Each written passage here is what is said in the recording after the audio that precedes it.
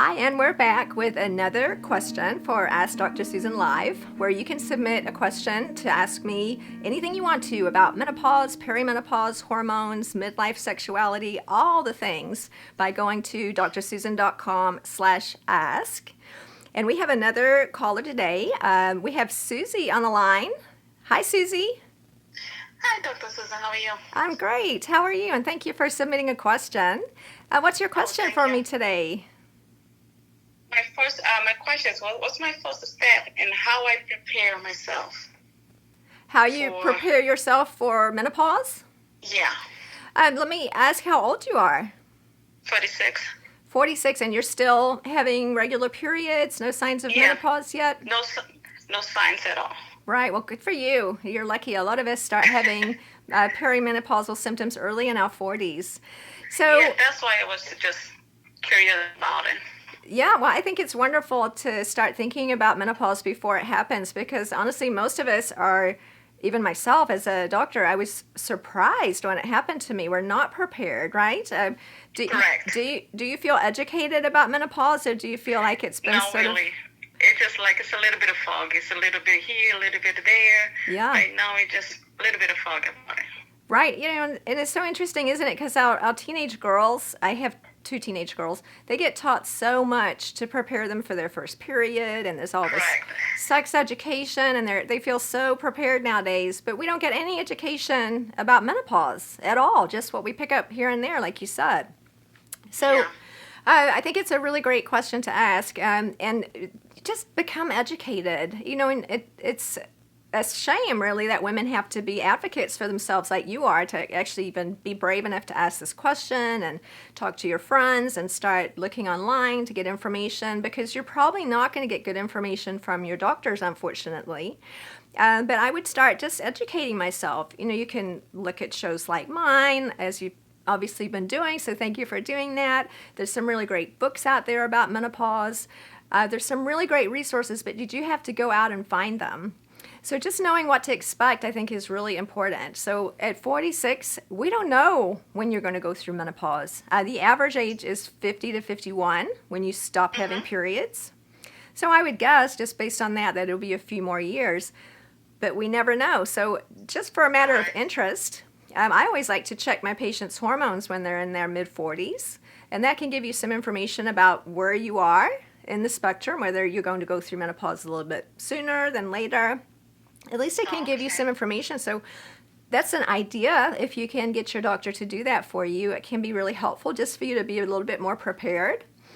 And you know, when we do that in our office, we can, you know, often give a patient a little bit more information about, still a guess, you know, we don't know for sure, of course, but when it might happen, whether it's going to be a year or 2, or maybe it's still going to be another 10 years, because sometimes patients still have periods into their mid-50s. But just knowing what to expect about what might happen as far as symptoms that might come up over the next few years. Your periods are going to get less regular. Often they get closer together, first of all. So instead of every 28 days, they could be every 25 or 23. And then you'll start skipping them. Okay. They can get heavier. That's often something that happens when our estrogen goes up. We can get fat around the middle. I don't know if any of this has started happening to you yet. Thank goodness, not yet. Oh, you're so lucky. Sleep problems sometimes can happen, and then hot flashes, night sweats, body aches, all kinds of things. You can read a huge list of symptoms that could happen. Now, that being said, you might be in the lucky 5% that has none of those symptoms. About 5% of women pass through menopause and don't bat an eye. They feel great the whole time. So even though it's good to know what you might expect, you know, we don't have to expect that it's going to be terrible. Sometimes it can be pretty manageable. Another thing I would suggest is just having a relationship with a doctor who specializes in hormones or understands menopause, so then when it does happen, that you have somewhere to go and you don't feel like you've got to shuffle around trying to find a doctor when you're feeling terrible. Like, make sure you've got a relationship with someone already who knows what to expect and is going to walk through the journey with you. So I love it when patients come in like yourself who are really not symptomatic yet, but we can start to form a relationship so that when it does happen, we've already got a plan, we've already you got my number, you know how to get in the door. Right. And so I think that's a really good idea. But the first step is just education, you know, and it's so sad that we're not all educated about menopause, even as doctors. So Yeah, I feel that too because I found out more. I got more curious when I started watching your podcast and went to your YouTube and see you over there. So that's what I started getting more curious about and speak to my friend and she started having the symptoms. I said, okay, so when I'm going to be having the symptoms? right. Well, a lot of your friends probably are having them right now. Like you said, I had symptoms at 46, 47. Some patients can be in their 30s. And then I saw a patient today who was 58 and still having a period every month and no symptoms. So there's a big range. But, you know, starting by checking your hormones might be a good place to start. And then just having a resource backed up so that when it happens, you've got somewhere to go and you feel like you're in really good hands and you're not falling into a gap. You know, a lot of us feel this way, and I did when I started going through menopause, that there wasn't really anybody there to care for me. You know, we had the gynecologist for the pregnant ladies and maybe for the postpartum, and then there was sort of a gap where nobody really cared too much about us. And then there's doctors who take care of elderly patients, but there really wasn't much for the 45 to 55 group. So I think, you know, really important to find a doctor that you connect with and have that relationship set so that you're all ready to go with a plan. Oh, that's good. And then hope for the best. You hope for the best. So we plan for the worst and hope for the best, and that way you have all your bases covered. But hopefully, you know, you'll continue having smooth sailing like you are right now. I hope so too, but you know, you never know.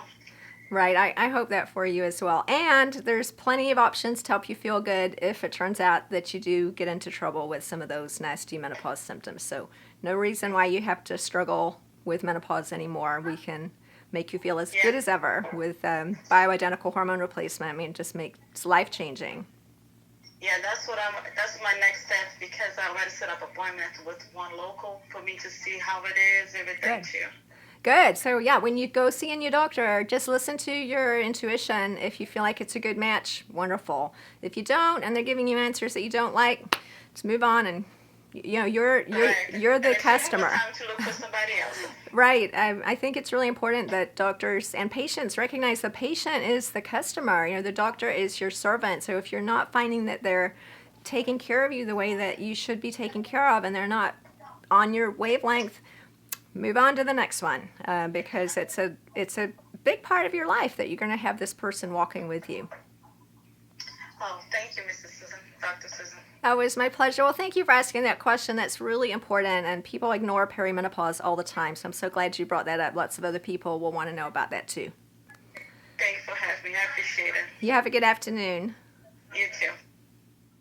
Yeah, and that just highlights again just the importance of education about perimenopause and menopause and how much we're lacking. So do all those things. If you're in your mid-40s, I would get your hormones checked, set up a relationship with a doctor who cares about hormones and understands so that you know where to go when the time comes. And then just start educating yourself, and you'll be more prepared, and you'll probably know more than your doctor does by the time that time comes. So we'll be back with another question for Ask Dr. Susan Live. And if you have a question for me, you can submit it to drsusan.com/ask. And I'd love to hear you here on the show.